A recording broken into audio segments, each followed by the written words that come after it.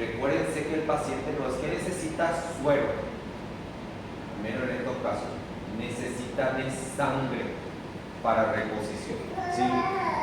Tenemos que ver patologías. Si tengo yo un paciente con una peritonitis, donde hay una secreción purulenta, ¿qué es lo que yo tengo que está saliendo hacia afuera? Plasma, líquido está saliendo. A él sí yo le puedo cargar de suero. Pero si es un paciente que está sangrando, yo le voy a mandar suero.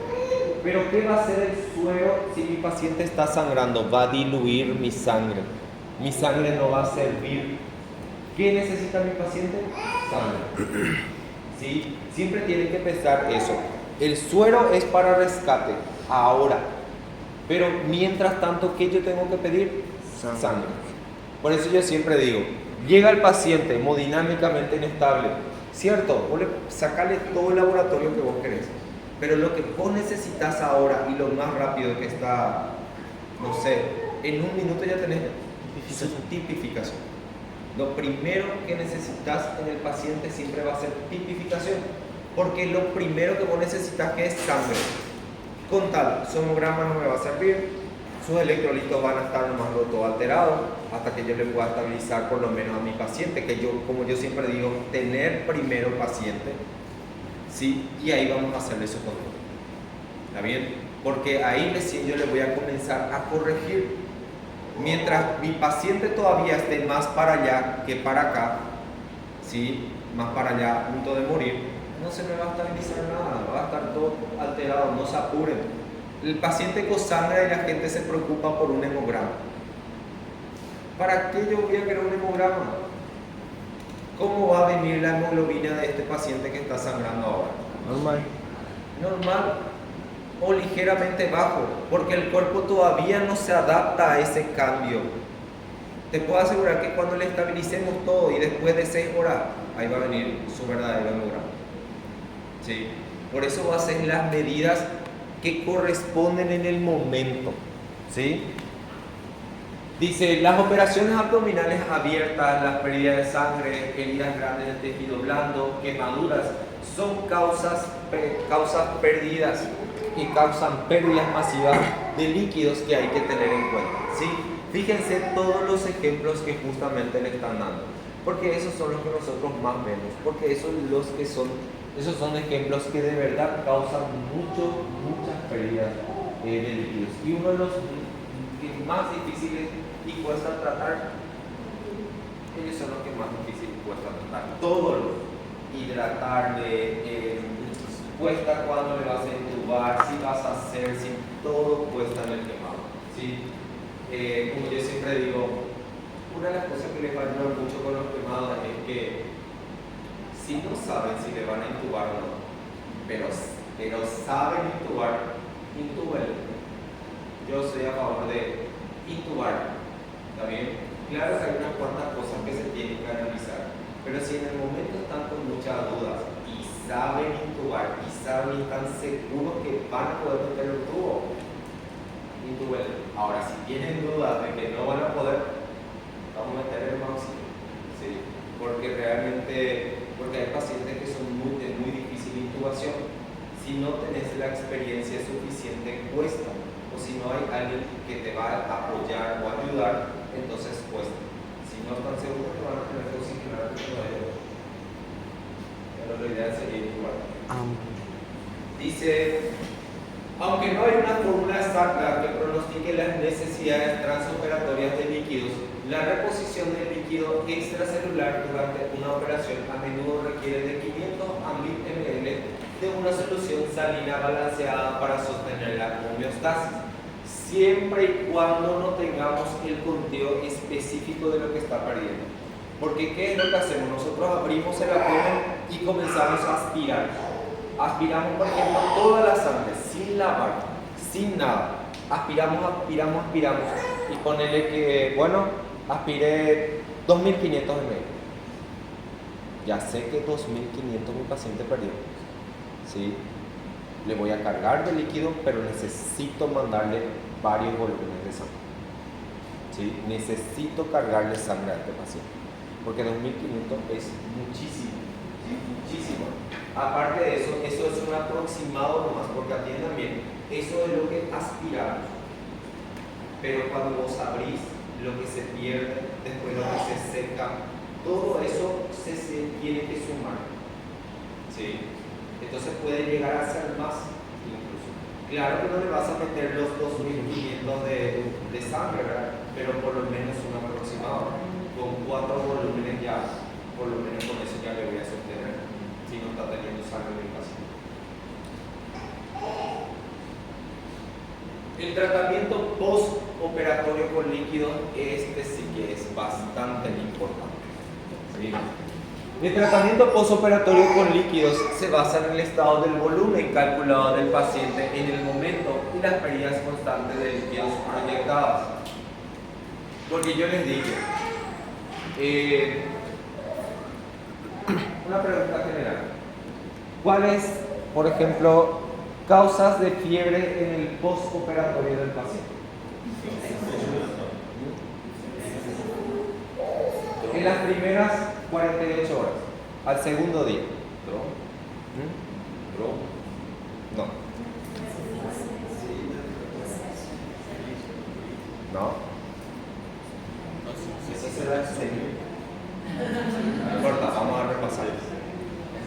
Dentro de las primeras, o sea, en las 48 horas, recuérdense una cosa. Si ustedes operaron a un paciente que estaba séptico o lo que sea, o una apendicitis, dentro de las 24 horas puede hacer fiebre, va a hacer fiebre. Si recuérdense que ustedes manosearon todo y el paciente está con una bacteriemia, puede hacer fiebre.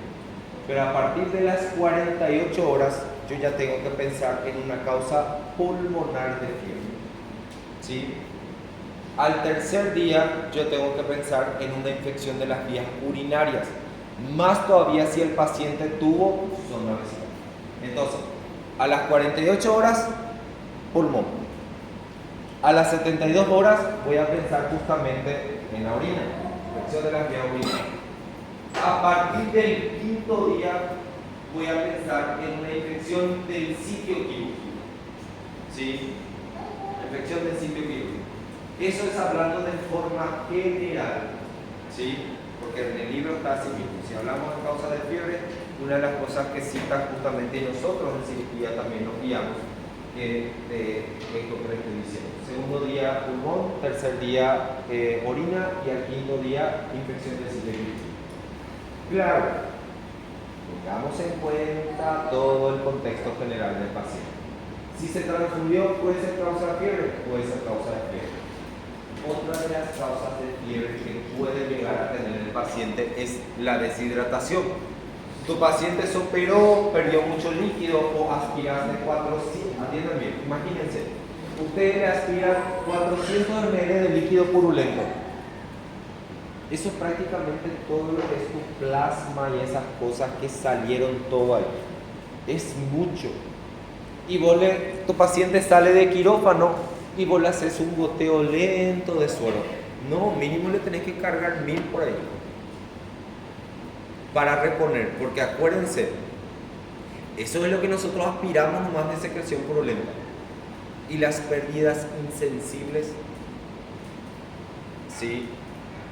Todo eso, ¿sí?, se tiene que ver para hidratarle bien al paciente. Porque yo ya tuve pacientes y te juro que era así impresionante ver. Mi paciente estaba seco, operado de una peritonitis, ni siquiera se movía de su cama. Te juro, no se movía ahí quieto de su cama, sin moverse. ¿Qué pasó? Bien, hicimos la recorrida y mi paciente estaba seco y yo no me di cuenta. Posterior a eso me dice el jefe, cargale de líquido. Ni se imaginan cómo cambió el paciente después de que le cargué suero. Se sentó, se fue a bañar, comió. El cambio fue brusco e inmediato. Solo le faltaba líquido. ¿Sí? La deshidratación en el postoperatorio es algo que ustedes tienen que atender demasiado. No se les tiene que pasar, cierto. Tienen que tener nomás mucho cuidado porque, así como les dije, el paciente está con una bacteriemia. Puede ser que esté deshidratado todavía. Entonces, ¿qué el paciente va a tener? Una vasoconstricción vasoconstricción todavía. Yo les dije, ¿quién sufre con la vasoconstricción? Los riñones. ¿Sí? Entonces, si vos le cargas de una y a lo loco muchísimo suero, le vas a generar un bloqueo. ¿Sí? Es como que cargarle, pero cargarle con cuidado. ¿Por qué dijimos lo de la colocación de una sonda vesical? Porque me va a permitir ver, bueno, yo ya le cargué 500, voy a esperar un rato. No está saliendo orina, voy a esperar. ¿Sí? Para no causar un bloqueo a mi paciente. Mi paciente orinó ahora más 100 más de los 300 que le cargué, no importa, le voy a cargar más 500. Quiere decir que mi riñón está respondiendo, ya poco, pero está respondiendo. Porque otra de las cosas que tenemos que también saber es que si no le cargamos de líquido al paciente, ¿qué es lo que el riñón va a filtrar? Nada. ¿Sí? Nada. Entonces para eso le tenés que cargar y ver y controlar. ¿Sí? Essa resposta para ela é inmediata. No, tal vez por eso es su tiempo. ¿Sí? Porque viste que el líquido que vos le cargas tiene que pasar por todo un proceso hasta llegar al riñón. para poder entender que é uma obstrução, ele não está liberando esses 500 por recurso. Sí, porque ¿sabes qué pasa? Nunca todo lo que cargas va a salir al 100%, porque recordad que hay todo un proceso y todo lo que se usa. Entonces, si vos le cargas 300 y en media hora o 40 minutos te sale 100 bien, estamos teniendo respuesta del riñón. Si le volvés a cargar 1000 y el paciente orina 300, perfecto, está orinando. En algún momento va a eliminar todo lo que tiene que eliminar, pero no es la respuesta, no es que vos le metes líquido al instante se vaya a orinar. ¿Sí? Es lo mismo que nosotros ahora tomemos un café, no por eso me voy al baño ahora a eliminar ese líquido que estoy tomando. Tiene que pasar su tiempo para eso. ¿Sí? No es inmediato y no es la totalidad. Tem uma dúvida anteriormente, trazendo a nossa realidade de uma emergência de uma pessoa com uma hemorragia, certo? De imediato, a gente não vai ter tempo para fazer o cálculo para saber quanto de líquido tem que repor. Tem algum La respuesta a resposta del paciente. do paciente, como está na hora. Porque ¿a quién vos le vas a cargar de líquido? Al paciente que está hemodinámicamente inestable. ¿Cómo tu paciente está hemodinámicamente inestable? Por lo que nosotros recién dijimos. Pálido, sudoroso, cianótico, alteración del llenado capilar, hipotenso, taquicárdico, taquimneico. Vos necesitas respuesta. Vos le cargas. Si tu paciente va teniendo presión, otra vez va teniendo pulso, entonces tenés que regular justamente tu hidratación. Tem padrão neutro já, sim ou sim, o paciente chegou com uma amputação. En ese caso, por ejemplo, llega el paciente con una amputación traumática, porque ya nos pasó, y tiene su pierna así, toda abierta.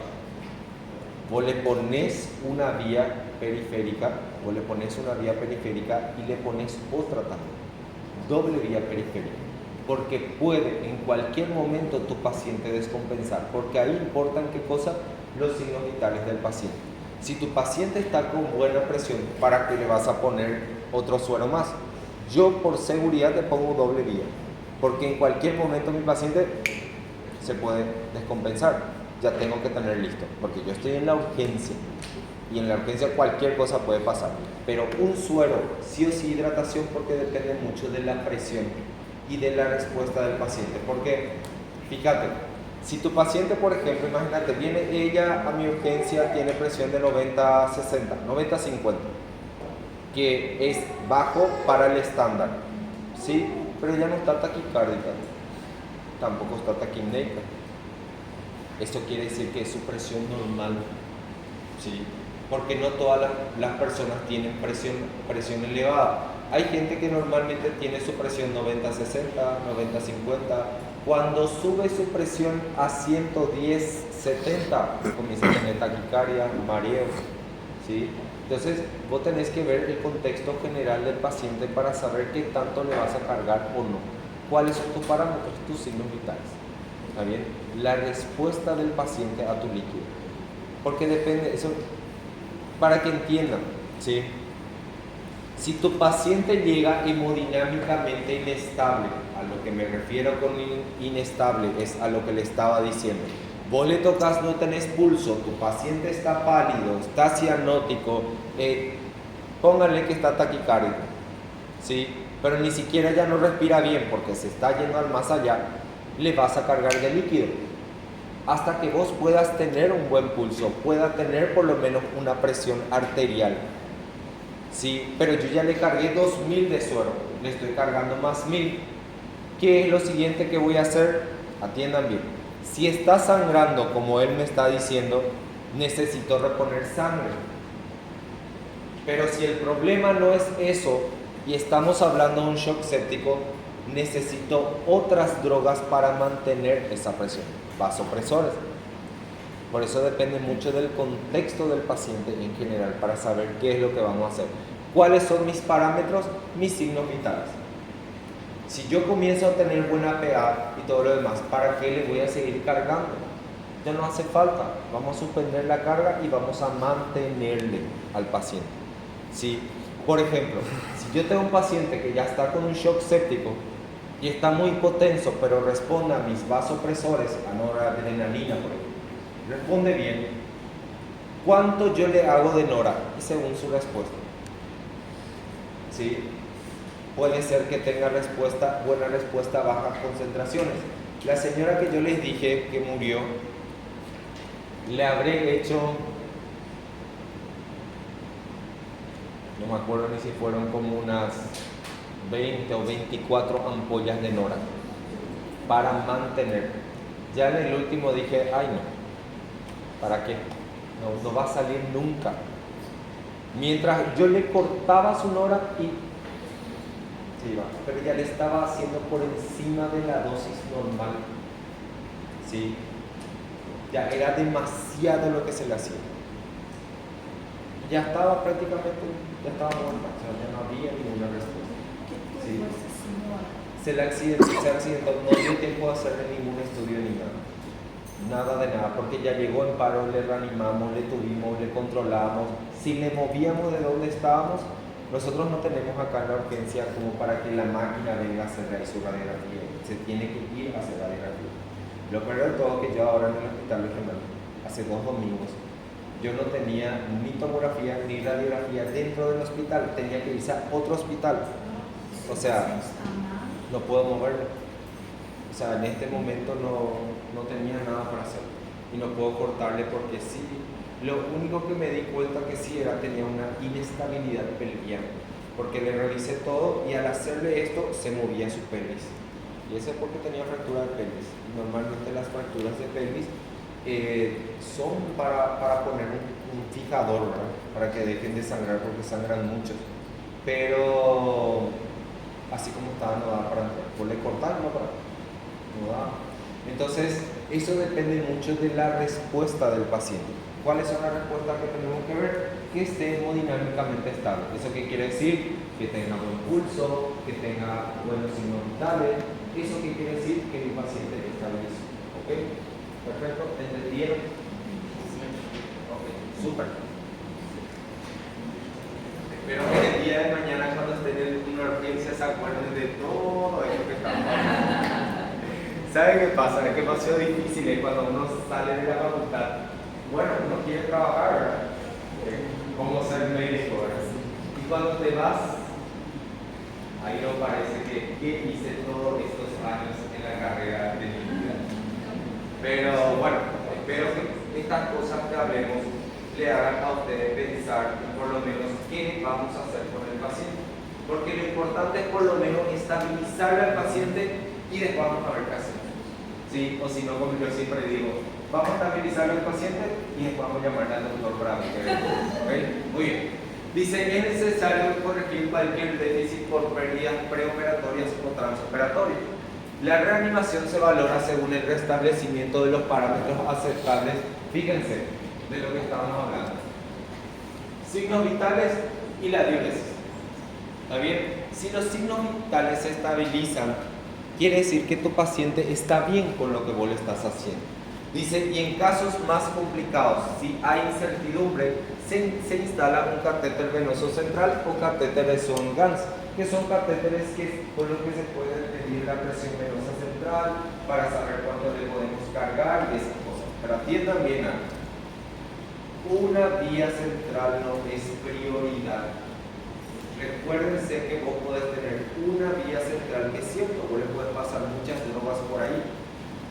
Pero si vos querés cargarle a tu paciente, podés ponerle un pulsocat bien grueso. Y es más, podés hacer cuántas vías periféricas en el paciente. Muchísimas. Antes de instalarle una vía venosa central. ¿Está bien? Que lleva tiempo, pero es cierto, ahí le puedo hacer muchas drogas. Que otras, por ejemplo, que pueden dañar las venas periféricas, que en la vía central sí le podemos guiar sin ningún problema. Sino que en la urgencia llega a tu paciente, no que le vas a hacer una vía central. Primero le vas a hacer una vía periférica con un catéter bien grueso que te va a servir para controlar la hidratación. ¿Ok? Entonces, fíjense, los signos vitales y la diuresis es lo que nosotros controlamos. No se olviden nunca de eso. En serio, los signos vitales parecen nomás así algo que uno no quiere controlar. Yo lo primero que veo en mi paciente todos los días y a cada rato son los signos vitales. Porque ¿qué es lo primero que va a variar en el paciente de ustedes antes que él se descompense? Sus signos vitales. Así como me decía un jefe, si tu paciente está tirado en la cama y no hace nada, ¿por qué va a tener taquicardia? ¿Por qué va a desaturar?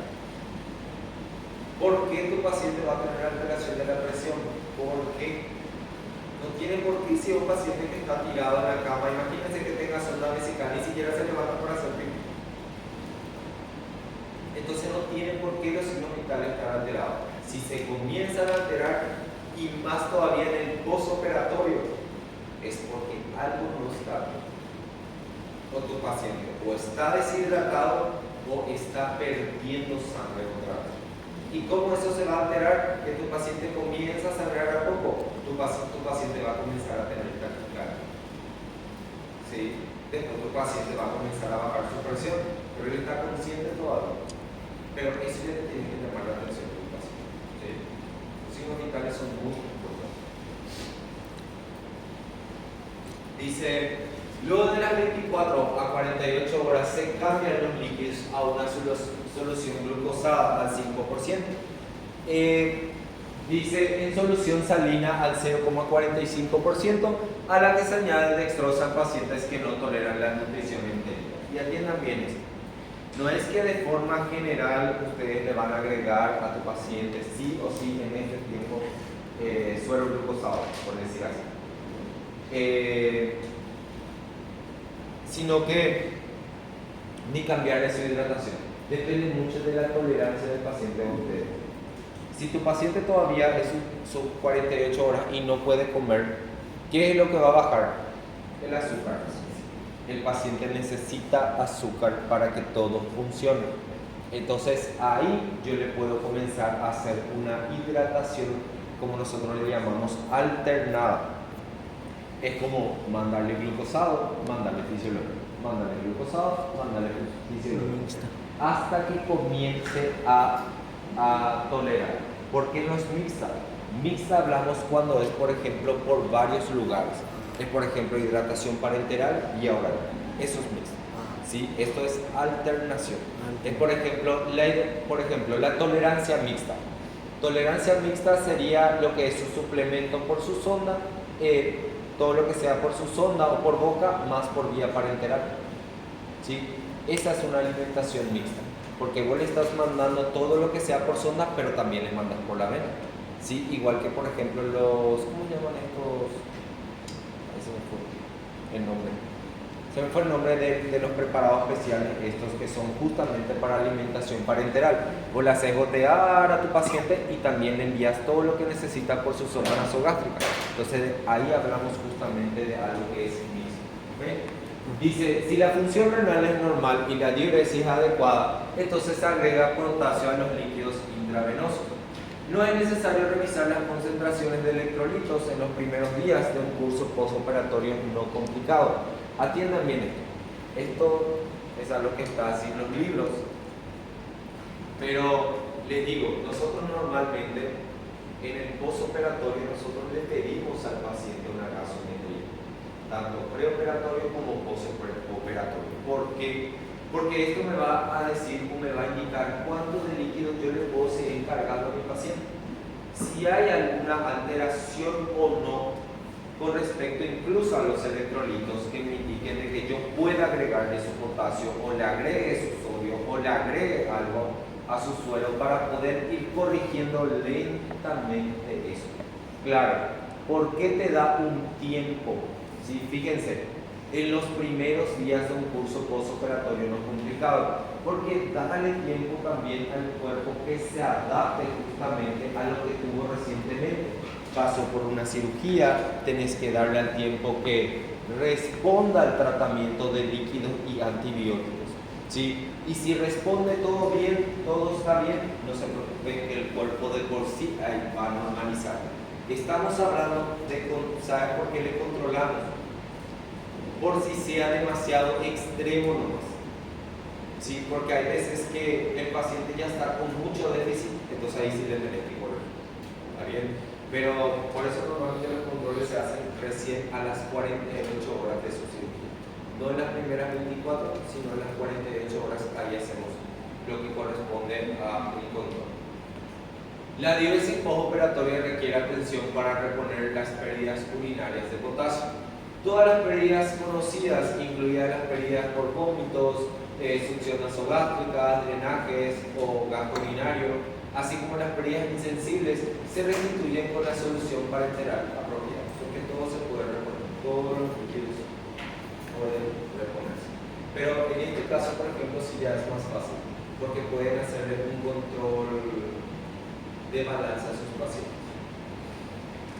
Dice, un trastorno común en el postoperatorio es el exceso del volumen. La administración de líquidos isotónicos mayor que la necesidad real puede dar por resultado una expansión del volumen. El paciente va a comenzar a hacer una hemodilución o el paciente comienza a estar encharcado. Una de las cosas que yo controlo cuando le voy cargando al paciente es que a cada rato le ausculto. Yo le ausculto al ingreso y después le comienzo a cargar. Si yo comienzo a escuchar como crepitantes, ¿sí? Quiere decir que mi paciente se está comenzando a encharcar. Entonces me tiene que llamar la atención y ¿qué tengo que hacer?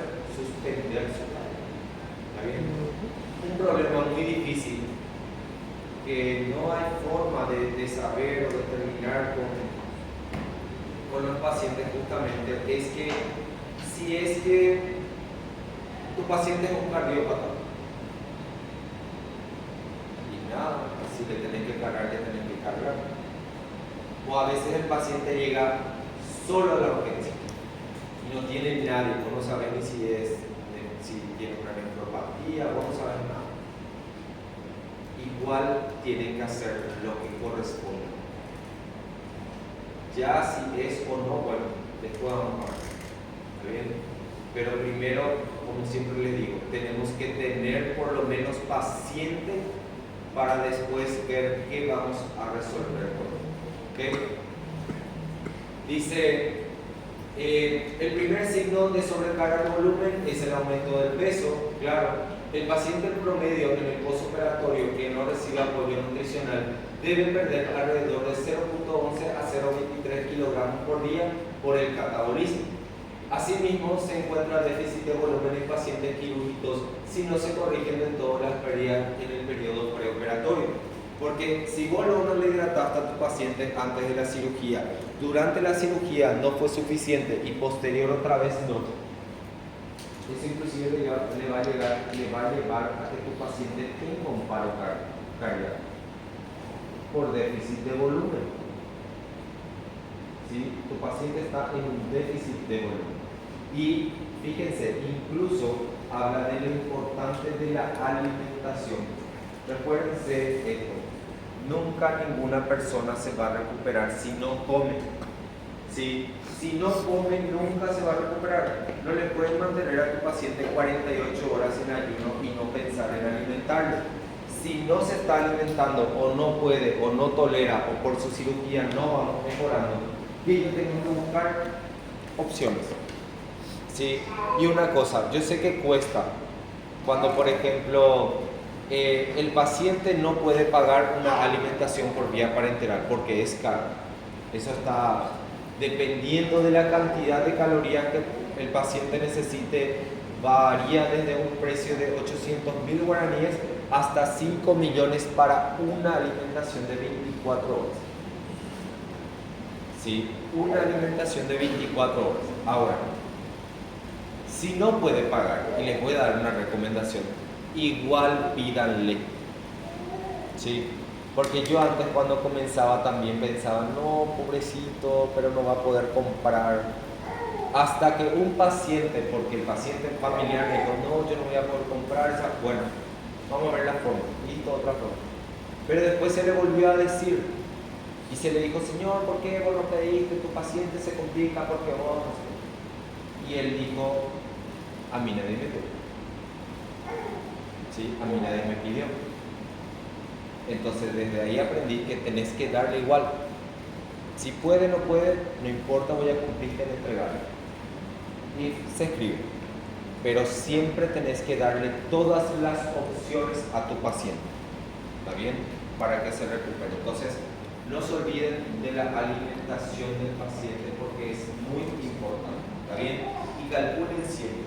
Piensen siempre en lo que es el déficit preoperatorio, intraoperatorio y postoperatorio del paciente. Y siempre controlen lo que corresponde a los signos vitales y a la diuresis del paciente. Buenos signos vitales, buena diuresis. ¿Qué quiere decir? Que el paciente está respondiendo bastante bien. ¿Sí? ¿Alguna pregunta, alguna duda? Bueno, vamos a dar un pequeño receso.